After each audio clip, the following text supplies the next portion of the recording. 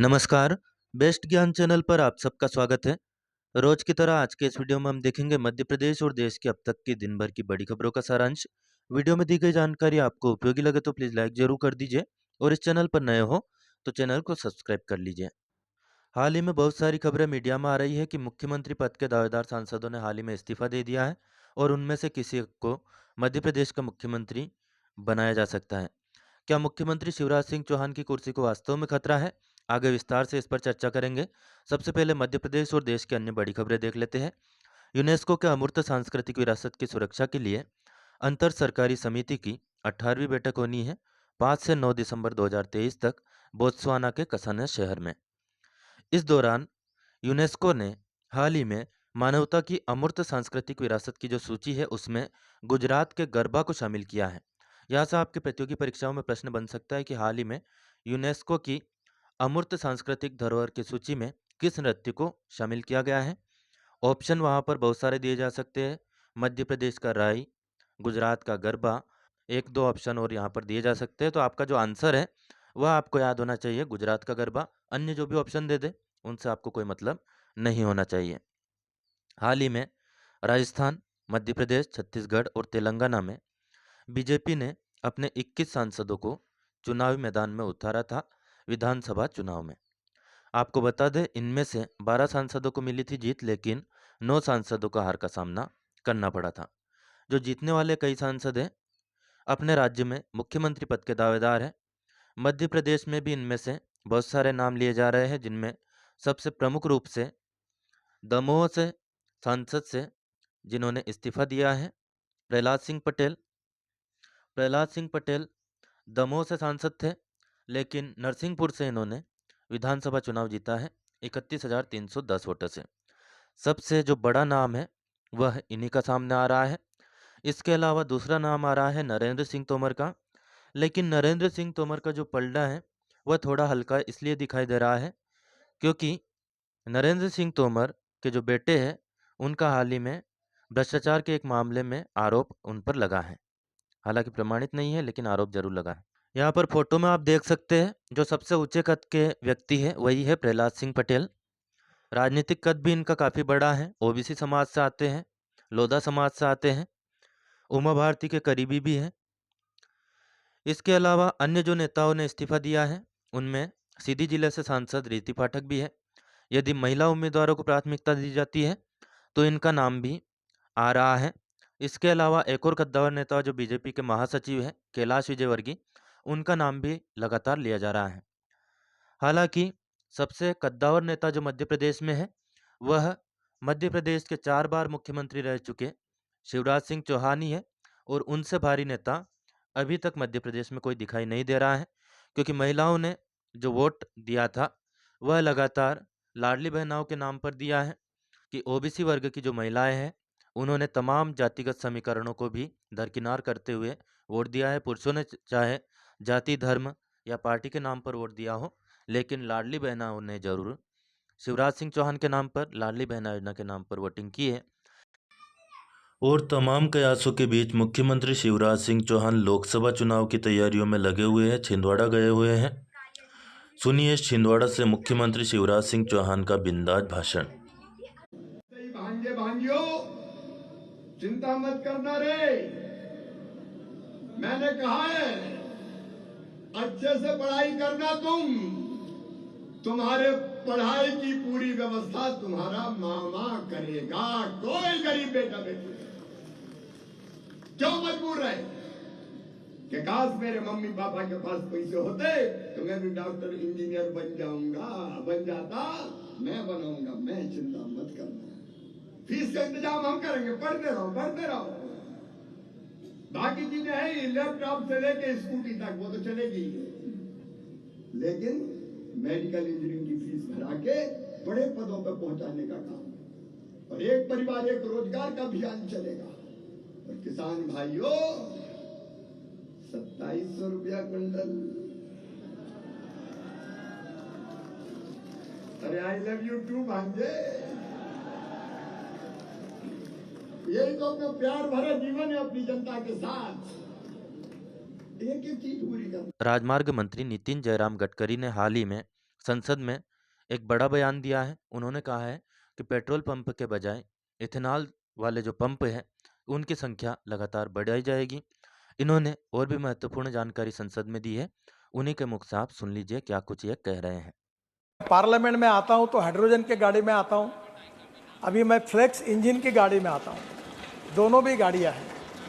Flex engine का मतलब यह है कि हमारे यहाँ जो चावल है, ब्रोकन राइस और परली बायोमास और शुगर केन जूस और मोलाइसेस, इसमें इथेनॉल बनता है। और 100% इथेनॉल पर ये इनोवा गाड़ी जो है टोयोटा की जो चलती है, अभी बाकी भी कंपनी इसके लिए लॉन्च कर रही है, जो 100% इथेनॉल पर चलेगी। इथेनॉल का रेट है 60 रुपये लीटर, पेट्रोल का रेट है 120 रुपये लीटर। फिर ये जो इथेनॉल की गाड़ी है 60% बिजली तैयार करती है, तो वो भी पोल्यूशन कम होता है। तो ये पहले फ्लेक्स इंजन को हमने फैसिलिटी प्रोत्साहन दिया। अनेक ऑटोमोबाइल मैन्युफैक्चरर तो फ्लेक्स इंजन ला रहे हैं, पर बजाज, टीवीएस और हीरो ने अपनी स्कूटर और मोटरसाइकिल भी लाई है। अब जल्दी ही पेट्रोलियम मंत्री जी के साथ इथेनॉल के पंप की हम शुरुआत कर रहे हैं, जिसके कारण बड़े प्रमाण पर यह प्रॉब्लम कम होने में मदद मिलेगी।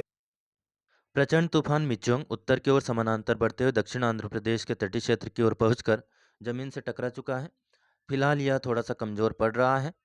मौसम विभाग भोपाल ने मध्य प्रदेश के बहुत सारे जिलों में बारिश और कोहरे की चेतावनी जारी की है। हाल ही में बहुत सारे क्षेत्रों में वर्षा भी हुई। वर्षा के प्रमुख आंकड़े सेंटीमीटर में देखें। तिरोड़ी में 2 सेंटीमीटर बारिश हुई, अमरकंटक में 1, मवई में 1, बजाक में 1, करंजिया में 1, बरघाट में 1 और गोहद में 1 सेंटीमीटर बारिश हुई है। तटीय आंध्र प्रदेश से टकराया चक्रवाती तूफान मिंगजोम कमजोर हो गया है और यह पूर्वोत्तर तेलंगाना तथा निकटवर्ती दक्षिण छत्तीसगढ़, दक्षिणी आंतरिक ओडिशा, तटीय आंध्र प्रदेश पर केंद्रित है। इसके असर से उत्तर तटीय आंध्र प्रदेश में आज कई स्थानों पर हल्की से मध्यम वर्षा और अलग अलग स्थानों पर तेज वर्षा होने की संभावना है। उत्तरी तेलंगाना, ओडिशा, छत्तीसगढ़ तथा पूर्वी विदर्भ में कुछ स्थानों पर हल्की से मध्यम वर्षा और कुछ स्थानों पर मूसलाधार वर्षा होने के आसार मौसम विभाग भोपाल ने जताए हैं। मध्य प्रदेश के मौसम की बात करें तो 7 दिसंबर की सुबह तक आगामी 24 घंटे के दौरान मध्य प्रदेश के शहडोल और जबलपुर संभाग के जिलों में यानी कि शहडोल, उमरिया, अनूपपुर, जबलपुर, मंडला, छिंदवाड़ा, बालाघाट, कटनी, सिवनी, डिंडोरी, इन जिलों में 25 से 50% स्थानों पर वर्षा, गरज चमक या वज्रपात की चेतावनी जारी की गई है।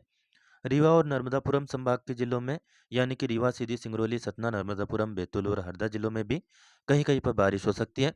प्रदेश के शेष संभागों के जिलों में मौसम मुख्यतः शुष्क रहेगा। मौसम विभाग ने ग्वालियर और चंबल संभाग के जिलों में कहीं कहीं पर घना या मध्यम कोहरा छाने की चेतावनी जारी की है।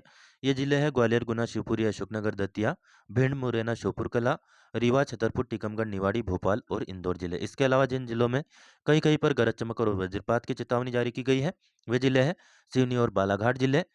आगामी मौसम के दृष्टिकोण की बात करें तो तापमान में 1 से 2 डिग्री सेल्सियस की गिरावट की संभावना है।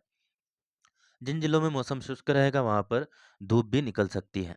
भोपाल और उसके आसपास के इलाकों में आकाश में आंशिक रूप से बादल छाए रहेंगे। सुबह के समय हल्का या मध्यम कोहरा छा सकता है। 12 से 14 किलोमीटर प्रति घंटा की औसत रफ्तार से हवा चलने का अनुमान है। अधिकतम तापमान 22 डिग्री जबकि न्यूनतम 16 डिग्री सेल्सियस के आसपास रह सकता है। बात कर लेते हैं ताजा मंडी भाव की। कृषि उपज मंडी समिति खुजनेर में 6 दिसंबर को सोयाबीन का भाव रहा 4400 से 4355 रुपये। औसत भाव रहा 4650 रुपये। गेहूं का भाव रहा 2480 से 2565 रुपये। औसत भाव रहा 2510 रुपये। मसूर का भाव रहा 5600 से लेकर 5990 रुपये। औसत भाव रहा 5800 रुपये प्रति क्विंटल। वही रायडे का भाव रहा 5015 से लेकर 5040 रुपये प्रति क्विंटल। औसत भाव रायडे का रहा है 5040 रुपये प्रति क्विंटल। वही 6 दिसंबर को खिलचीपुर मंडी में सोयाबीन का भाव रहा 4500 से 4800 रुपये प्रति क्विंटल। औसत भाव रहा 4700 रुपये प्रति क्विंटल। वही गेहूं का भाव खिलचीपुर मंडी में 2600 रुपये तक रहा। औसत भाव रहा 2550 रुपये प्रति क्विंटल। साथियों, डेली न्यूज़, करंट अफेयर्स, सरकारी योजना और नौकरी की जानकारी के लिए इस चैनल को सब्सक्राइब करना बिल्कुल न भूलें। जोरम पीपुल्स मूवमेंट जेडपीएम के नेता लाल दुआमा 8 दिसंबर को मिजोरम के मुख्यमंत्री के रूप में शपथ लेंगे। यहाँ पर 40 में से 27 सीटें इस पार्टी ने जीती हैं। मिजो नेशनल फ्रंट एमएनएफ को 10 सीट, भाजपा को 2 और कांग्रेस को 1 सीट मिली है। जोरम पीपुल्स मूवमेंट जेडपीएम के नेता लाल दुआमा ने मिजोरम में नई सरकार के गठन का दावा किया है। लाल दुआमा ने हाल ही में राजभवन में राज्यपाल डॉक्टर हरि बाबू भाई कम्भाम पट्टी से भी मुलाकात की। मिजोरम के मुख्यमंत्री और राज्यपाल का नाम महत्वपूर्ण है। आप कमेंट करके बताइए आपने अभी नाम सुना है कि मिजोरम के मुख्यमंत्री कौन है और मिजोरम के राज्यपाल का क्या नाम है। आपको बता दें मिजोरम में कुल 40 विधानसभा सीटों के लिए चुनाव हुआ था। एक झूठी खबर हाल ही में व्हाट्सएप पर वायरल हुई थी कि भारतीय जनता पार्टी ने महंत बालकनाथ योगी को मुख्यमंत्री बना दिया है और किरोड़ी लाल मीणा और दिया कुमारी को उप मुख्यमंत्री बनाया है, जो कि पूरी तरह से फेक है। भारतीय जनता पार्टी ने इस खबर को ट्वीट करके फेक बताया है। अब कुछ खबरें आपको बता देते हैं आज के अखबार से। महत्वपूर्ण नौकरी की सूचना है। आईबी यानी कि इंटेलिजेंस ब्यूरो ने सहायक केंद्रीय खुफिया अधिकारी के 995 पदों पर आवेदन आमंत्रित किए हैं। आवेदन 15 दिसंबर तक किए जा सकते हैं। वेबसाइट है mha.gov.in। एसएसओ के 1000 पद है। श्रम और रोजगार मंत्रालय ने शीर्ष सेल्स ऑफिसर के 1000 पदों पर आवेदन आमंत्रित किए गए हैं। 31 दिसंबर लास्ट डेट है। वेबसाइट है nca.gov.in। इग्नू में 102 पोस्ट निकली है। लास्ट डेट है 25 दिसंबर। नॉन टीचिंग के ये पद है। वेबसाइट है ignu.ac.in। इस पर जाकर के आप और विस्तार से जानकारी देख सकते हैं। दुनिया के 40 अमीर देशों में गरीबी बढ़ी। यहाँ हर 5 में से एक बच्चा पर्याप्त पौष्टिक भोजन, कपड़ा, घर, पढ़ाई और दूसरी बुनियादी सुविधाओं से दूर है। हालांकि 2019 से 2021 के बीच बाल गरीबी दर में 8% की गिरावट दर्ज हुई थी। इस रिपोर्ट में भारत का जिक्र नहीं किया गया है। मध्य प्रदेश को हाल ही में सेंचुरी एशिया अवार्ड मिला है। आपकी प्रतियोगी परीक्षाओं में यहाँ से प्रश्न बन सकता है, याद रखिएगा। मध्य प्रदेश टूरिज्म बोर्ड को नई दिल्ली में top tigers wild life tourism awards में सर्वश्रेष्ठ सतत वन्यजीव पर्यटन राज्य, the best sustainable wild life tourism state के लिए सेंचुरी एशिया अवार्ड से सम्मानित किया गया है। मध्य प्रदेश को भारतीय उपमहाद्वीप में प्रकृति पर्यटन उद्योग, सतत प्रथाओं और रिस्पॉन्सिबल टूरिज्म में उत्कृष्ट प्रदर्शन के लिए यह अवार्ड मिला है। पीएम श्री स्कूल के लिए 8 राज्यों ने नहीं भेजे प्रस्ताव। देश भर में 6207 पीएम श्री स्कूल बनेंगे। इनमें 735 केंद्रीय विद्यालय और 317 नवोदय विद्यालय भी शामिल है। आपको बता दें 8 राज्य हैं दिल्ली, पंजाब, बिहार, झारखंड, ओडिशा, पश्चिम बंगाल, केरल और तमिलनाडु, जिन्होंने प्रस्ताव नहीं भेजा है अभी तक पीएम श्री स्कूल के लिए। यूजी मेडिकल की 485 और पीजी की 247 सीटें रह गई खाली। जब पीजी दाखिले के लिए काउंसलिंग के दौरान बची हुई सीटें भरने के लिए परसेंटाइल को घटाकर 0 कर दिया गया था, यानी नीट पीजी में शामिल होने वाला करीब करीब हर छात्र काउंसलिंग के लिए योग्य हो गया था। उसके बावजूद भी 485 सीटों में से यूजी की 485 सीटें और पीजी की 247 सीटें खाली रह गई हैं। बैंकों ने 5 साल में राइट ऑफ किए 10,60,000 करोड़ रुपए। राइट ऑफ में 5.5 लाख करोड़ का औद्योगिक लोन भी शामिल है। जी हाँ दोस्तों, देश के कमर्शियल बैंकों ने बीते 5 वर्षों में 10 लाख करोड़ रुपए को राइट ऑफ कर दिया है, यानी इस रकम को बट्टे खाते में यानी कि डूबत खाते में डाल दिया गया है। वित्त राज्य मंत्री भागवत कराड़ ने एक सवाल के जवाब में राज्यसभा में बताया कि राइट ऑफ किए गए कर्ज में से 5.52 लाख करोड़ रुपए बड़े औद्योगिक लोन से संबंधित है, यानी कि उद्योगों का 5.5 लाख करोड़ रुपए का जो लोन है वह माफ किया गया है। हालांकि बैंक बट्टे खाते में डालने के बावजूद भी कर्ज की वसूली जारी रखते हैं, लेकिन एक तरह से इनको डूबत ऋण मान लिया गया है। सरकार की जानकारी के मुताबिक बीते 5 वित्तीय वर्षों के दौरान इन शेड्यूल्ड कमर्शियल बैंकों ने एनपीए यानी कि नॉन परफॉर्मिंग असेट के 7.15 लाख करोड़ रुपए की वसूली भी की है। करार के मुताबिक सभी बैंकों ने फ्रॉड यानी कि धोखाधड़ी के खाते में 93,874 करोड़ रुपए भी राइट ऑफ किए हैं। तेलंगाना के नए सीएम होंगे रेवंत रेड्डी। 7 दिसंबर को लेंगे शपथ। तेलंगाना की राजधानी है हैदराबाद। रेवंत रेड्डी यहाँ पर मुख्यमंत्री होंगे, शपथ लेंगे। कांग्रेस महासचिव केसी वेणुगोपाल ने इस बात की जानकारी दी है। आपको बता दें रेड्डी ने छात्र राजनीति की शुरुआत एबीवीपी से की थी, फिर टीडीपी से जुड़े और 2017 में कांग्रेस में आए थे। भारतीय प्रबंध संस्थान आईआईएम लखनऊ ने कॉमन एडमिशन टेस्ट की आंसर शीट जारी कर दी है। iimcat.ac.in पर जाकर के आप देख सकते हैं। 3.28 लाख उम्मीदवारों ने रजिस्ट्रेशन किया था। 2.88 लाख ने परीक्षा दी थी। रुक जाना नहीं कि एडमिट कार्ड जारी हो गए हैं 10वीं और 12वीं की परीक्षा के लिए। छात्र वेबसाइट mpsos.nic.in से प्रवेश पत्र डाउनलोड कर सकते हैं। वेबसाइट है mpsos.nic.in। 12वीं की परीक्षाएं 13 से 30 दिसंबर तक होगी। 10वीं की 15 से 28 दिसंबर तक होगी। 12वीं की परीक्षाएं सुबह 9 से 12 बजे तक होगी और 10वीं की दोपहर 2 से 5 बजे तक। 18 तक जमा होंगे सप्लीमेंट्री के फॉर्म। बीयू यानी कि बरकतुल्लाह यूनिवर्सिटी ने सप्लीमेंट्री परीक्षा के लिए आवेदन जमा करने के लिए नोटिफिकेशन जारी कर दिया है। सामान्य फीस के साथ 18 तक फॉर्म जमा कर सकते हैं। लेट फीस के साथ 19 से 26 दिसंबर तक इसके लिए 300 रुपये लेट फीस लगेगी। वहीं 1000 रुपये लेट फीस के साथ में परीक्षा शुरू होने के 3 दिन पहले तक जमा कर सकते हैं।